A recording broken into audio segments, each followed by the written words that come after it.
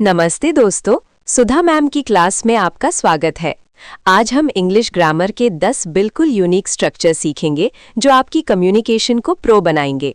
लेकिन बच्चों, शुरू करने से पहले प्लीज हमारे चैनल को सब्सक्राइब करें और वीडियो को लाइक जरूर करें। इससे हमें बहुत मोटिवेशन मिलती है। चलिए शुरू करते हैं। हमारा वर्ड है बाय द वे, जिसका हिंदी मतलब है वैसे या वैसे तो। इसका यूज हम तब करते हैं जब हम चल रही बात के बीच में कोई नया या एक्स्ट्रा टॉपिक शुरू करते हैं। अब इसका स्ट्रक्चर यानी फॉर्मूला देखिए, by the way plus sentence. चलिए एग्जाम्पल्स पढ़ते हैं। पहला एग्जाम्पल है A by the way where is he, मतलब वैसे वो कहाँ है। दूसरा example B by the way I forgot to tell you, जिसका मतलब है वैसे मैं तुम्हें बताना भूल गया। अब आप भी एक बार ध्यान से स्क्रीन पर पढ़ लो और रिपीट करो।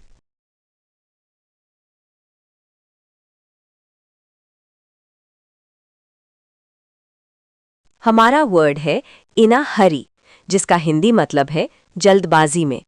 जब कोई इंसान बहुत जल्दी में होता है और उसके पास समय कम होता है। अब इसका स्ट्रक्चर यानी फॉर्मूला देखिए, subject plus is am are plus in a hurry. चलिए एग्जाम्पल्स पढ़ते हैं।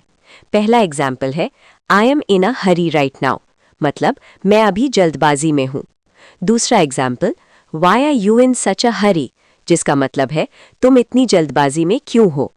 अब आप भी एक बार ध्यान से स्क्रीन पर पढ़ लो और रिपीट करो।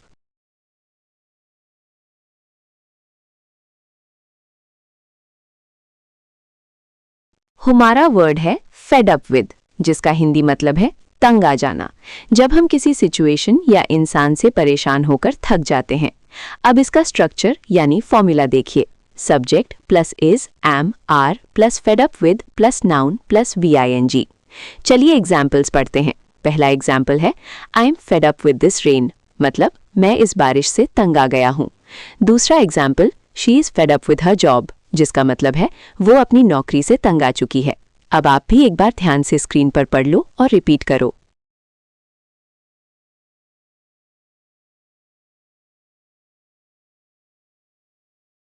हमारा वर्ड है नो बिग डील, जिसका हिंदी मतलब है कोई बड़ी बात नहीं है। जब हम कहना चाहते हैं कि कोई चीज़ बहुत आसान है या चिंता की बात नहीं है।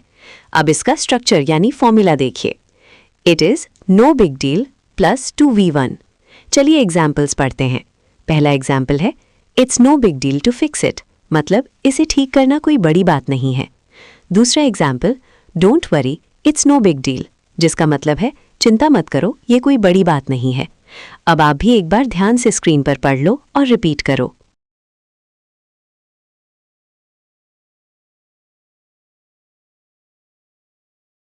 हमारा वर्ड है कीप एन आई ऑन, जिसका हिंदी मतलब है नज़र रखना। जब हम किसी चीज़ या व्यक्ति को ध्यान से मॉनिटर या ऑब्जर्व करते हैं। अब इसका स्ट्रक्चर यानी फॉर्मूला देखिए, subject plus keep an eye on plus noun. चलिए एग्जाम्पल्स पढ़ते हैं। पहला एग्जाम्पल है A keep an eye on my bag please, मतलब कृपया मेरे बैग पर नज़र रखना। दूसरा example police are keeping an eye on him, जिसका मतलब है पुलिस उस पर नज़र रख रही है। अब आप भी एक बार ध्यान से स्क्रीन पर पढ़ लो और रिपीट करो।